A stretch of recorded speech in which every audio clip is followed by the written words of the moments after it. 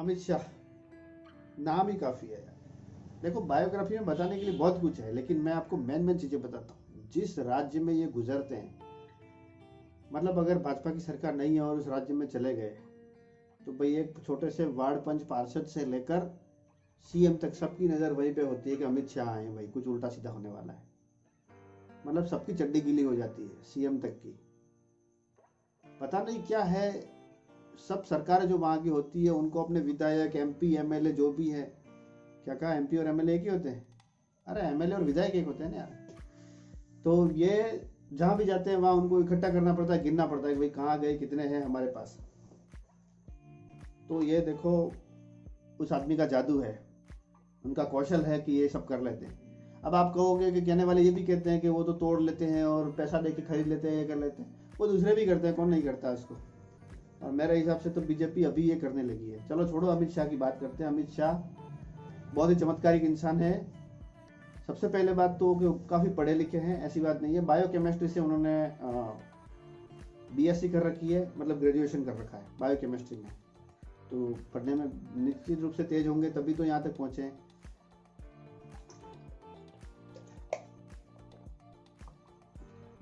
और उनका जन्म कहाँ हुआ ये तो सारी डिटेल आपको कहीं भी और मिल जाएगी, लेकिन मैं आपको वो बताने जा रहा हूँ जो शायद आपको कहीं भी नहीं मिलेगा। तो अमित भाई एक गुजराती परिवार में जन्म लिया, महाराष्ट्र में रहते थे इनके पिताजी, वहीं बिजनेस करते थे, प्लास्टिक के पाइप का इनका बिजनेस था और उसी में इन्होंने साथ दिया। इसके बाद वो स्टॉक ब्रोकर भी बने, बहुत कम उम्र में, बहुत ही कम उम्र में वो आरएसएस से जुड़ गए थे। 13 साल की उम्र में। उन्होंने एक स्टेटमेंट में कहा था कि मैं 13 साल की उम्र से ही सामाजिक जीवन में हूँ। तो वो 13 साल की उम्र से ही लगभग आरएसएस से जुड़ गए थे। और मोदी जी से तो उनकी मुलाकात काफ़ी लेट हुई, 1984 में, 83-84 में लगभग वो कॉलेज में थे और कॉलेज के आखिरी दिनों में उनसे मुलाकात हुआ। 1964 में इनका जन्म हुआ था। सबसे बड़ा इनके जीवन में जो मोड़ आया वो है, मतलब भी समझ लीजिए कि आप 2002 दंगों के समय तो हरेंद्र पंड्या थे, वो वहाँ पे गृह मंत्री थे। तो उसके बाद 2003 में हरेंद्र पंड्या जो थे उनकी हत्या कर दी गई और 2003 में अमित शाह गृह मंत्री बने। इसके बाद 2003 से 2010 तक वो गृह मंत्री रहे। 2010 में हुआ मैन कांड, जहाँ से ये प्रकाश में आ गए, सोहराबुद्दीन हत्याकांड हुआ। अब सोहराबुद्दीन हत्याकांड तो बहुत फेमस था, लेकिन आप फिर भी मैं आपको बेसिक रूप से बता दूं कि सोहराबुद्दीन हत्याकांड में क्या था। ये सोहराबुद्दीन जो था वो राजस्थान में, अगर आपने सुना हो तो राजसमंद में पत्थरों का बहुत ज़्यादा बिजनेस है, मार्बल का। अलग अलग तरह के रंग बिरंगे वहाँ मार्बल बिकते हैं, बहुत बड़ी बड़ी दुकानें हैं। तो वहाँ के व्यापारियों से ये पैसा वसूल करता था। दादागिरी थी भाई, गुंडा टाइप का आदमी था। तो उसका एनकाउंटर हुआ, उसकी बीवी हो गई, उसकी बीवी थी कौसर भी नाम था उसका भी एनकाउंटर हो गया। और बाद में उनका एक दोस्त भी था, तुलसीराम प्रजापति, तुलसी प्रजापति हत्याकांड है, ये एक एनकाउंटर है, ये भी आप कहीं देखेंगे। तीनों के एनकाउंटर हो गए। अब इसको फर्जी एनकाउंटर भी कहा गया और इसके पीछे काफ़ी लफड़ा हुआ, कई अधिकारी सस्पेंड हुए। और इनके ऊपर जो मैन दाग लगाया वो था, ये वहाँ का एक आईपीएस था जो सस्पेंड हो गया, उस समय निलंबित हो गया था, डीजी बंजारा। तो ये जो था एनकाउंटर, उसमें 3 जो एसपी थे वो सम्मिलित थे। उसमें 2 एसपी राजस्थान के भी थे, उनमें नाम था एक, वो क्या नाम है उनका, नाम भूल रहा हूँ मैं, दिनेश एमएन, और एक थे राजकुमार पांडियार, या ऐसे पांडियार नाम था उनका। तो ये 3 जने थे और तीनों फिर सस्पेंड हुए और काफ़ी कार्रवाई हुई, चलता रहा केस। और इनको 2010 में तड़ी पार कर दिया गया। अमित शाह को मना कर दिया गया कि आपकी गुजरात में एंट्री नहीं होगी। और 2 साल तक वो राजस्थान से शायद बाहर रहे, वो गुजरात से बाहर रहे। और फिर 2012 में सुप्रीम कोर्ट ऑफ इंडिया, उच्चतम न्यायालय ने उनको अनुमति दे दी अपने गृह राज्य में जाने की। सबसे बड़ी बात कि आज तक इन्होंने करीब 2014 तक छोटे बड़े लगभग 42-43 कुछ इन्होंने चुनाव लड़े हैं, जिसमें आज तक एक भी चुनाव वो नहीं हारे, सभी चुनाव वो जीतते गए। ये उनका राजनीतिक कौशल ही है, ऐसा तो किस्मत से तो होता नहीं है देखो। और 14 में फिर जब ये लोकसभा इलेक्शन आया तो इनको क्या बोलते हैं, उत्तर प्रदेश राज्य की कमान दी गई चुनाव प्रचार करने के लिए और चुनाव प्रबंधन करने के लिए।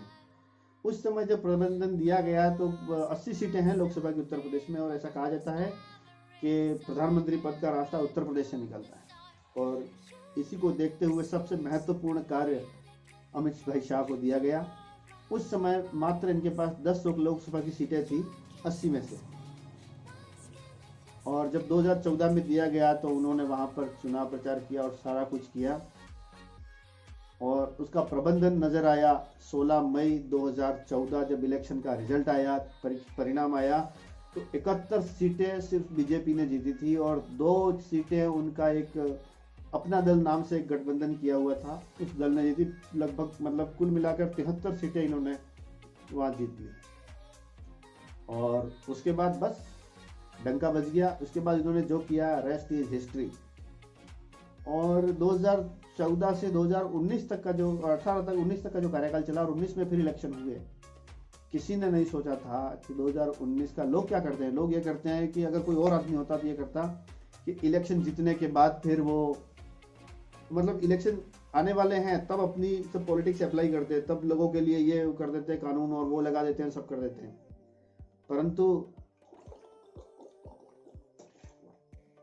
परंतु अमित शाह ने 2019 का इलेक्शन जीतते ही कश्मीर से 370 हटा दी, बहुत प्रतीक्षित, जिसकी लोगों को मतलब बहुत समय से वो था। और आप देखिए कि मैंने उस सीन को देखा था जिस दिन वो जा रहे थे, ऐसी मीडिया में खबर तो पहले ही आ गई थी, लेकिन अमित शाह क्या किया, जब वो संसद में जा रहे थे तो उनके हाथ में 2 कागज थे। जिस दिन 370 हटी उस दिन का बताता हूँ। तो मीडिया वालों ने पूछा कि सर कैसे हैं, तो उन्होंने मुस्कुराकर सबको नमस्कार किया, पीछे मुड़ गए। तो मीडिया वालों ने बताया कि अमित शाह कभी भी पीछे मुड़कर ऐसे नमस्कार नहीं करते, आज कुछ जरूर विशेष होगा। और अंदर गए और जाके उन्होंने पढ़ा कि आज से 370 की सभी धाराएं प्रभावी नहीं होंगी जम्मू कश्मीर में। अब देखो, राज्यसभा में ये पास करना था, कैसे किया इन्होंने। अमित शाह की राजनीति तो कहनी पड़ेगी। इन्होंने उस समय किसी को पता नहीं था, इन्होंने एक विदेश दल भेजा था यहाँ के राज्यसभा सदस्यों का, और यहाँ पर जो विपक्ष के थे वो पता नहीं फ्री के चक्कर में या जैसा भी था, वो लोग वहाँ चले गए मैक्सिमम, जिस कारण उनको पता था कि राज्यसभा में आंकड़े ये रहेंगे। पता नहीं उनकी 1 वे टिकट कर दी थी कि क्या जाने का ही रास्ता, आने का नहीं था, या फिर पता नहीं इन्होंने कैसे किया। लेकिन राज्यसभा में बिल पास हो गया। हंगामा तो होता रहता है, उससे फर्क नहीं पड़ता है। और मैं तो ये कहता हूँ कि उन पर बहुत आरोप लगते हैं, और आरोप लगने भी चाहिए, लगते भी हैं। और ये इसलिए लगते हैं क्योंकि जिस पेड़ पे फल होते हैं लोग उस पर पत्थर जरूर मारते हैं। जिस पेड़ पे फल नहीं होंगे, जिस पेड़ पे आम लगे होंगे, उसी पे तो लोग पत्थर मारेंगे उसको गिराने के लिए। तो अमित शाह उनमें से एक हैं। इनके ऊपर भी बहुत कुछ किया गया, लेकिन इन्होंने जज्बा दिखाया। और आज जो कुछ हैं आप अच्छी तरह देख सकते हैं कि वो, मैं फिर बताऊं आपको, जिस राज्य से गुजरते हैं वहाँ सबका हलक में आ जाते हैं, हलक सूख जाता है कि भाई अब आ गया, ये क्या करने वाला है। तो दोस्तों, ये था अमित शाह का बारे में कुछ मेरे को लगा कि बताना चाहिए, आप लोगों से शेयर करना चाहिए, मैंने किया। लॉकडाउन में कई लोगों की नौकरियां गई हैं, तो आप लोग भी ध्यान रखें भाई, सब्सक्राइब करें, लाइक करें, कमेंट में अच्छी अच्छी बातें लिखें, इससे मोटिवेशन मिले। मिर्ज़ापुर बनाएंगे तब बनेगी भाई, कुछ हमारे लिए भी कर दीजिए। Thank you.